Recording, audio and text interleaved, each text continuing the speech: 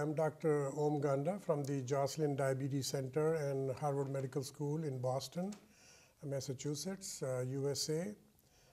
It's really a pleasure to be here at the 17th World Congress of Cardiology as an invited speaker.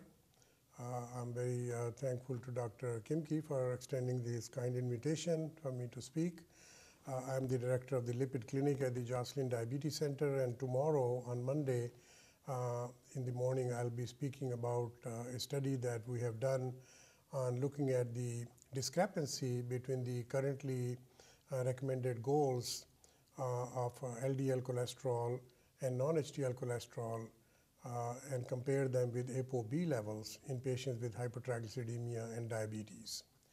So according to the current guidelines, we are reminded that in patients with elevated triglyceride, we should not only look at LDL cholesterol, but we should also look at non-HDL cholesterol and decide when to intensify statin therapy to reach our goals.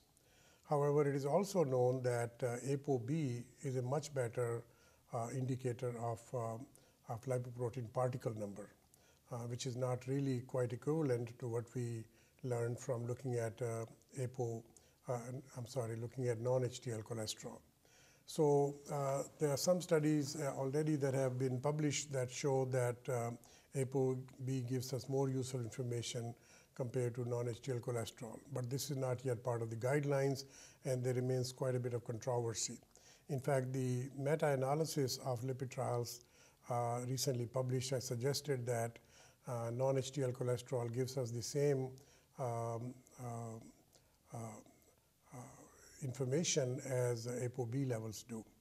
However, those meta-analyses have one problem, and that is that they look at the total population level rather than individual levels.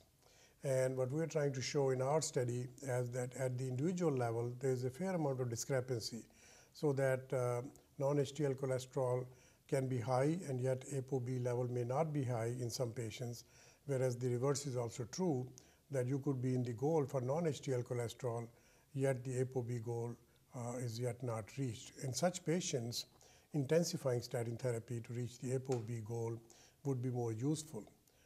This is not yet fully confirmed by ongoing clinical trials, yet we need to do more studies to show that ApoB measurement will be a supplemental way to reduce the cardiovascular risk that still persists in people who have been treated with statin even after a number of years. So I think that's part of the presentation where I would like to discuss the relative value of non-HDL cholesterol versus ApoB in patients, particularly with diabetes, who have high triglycerides in the range of 200 to 500, which is a fairly large number of patients with type 2 diabetes even after statin treatment.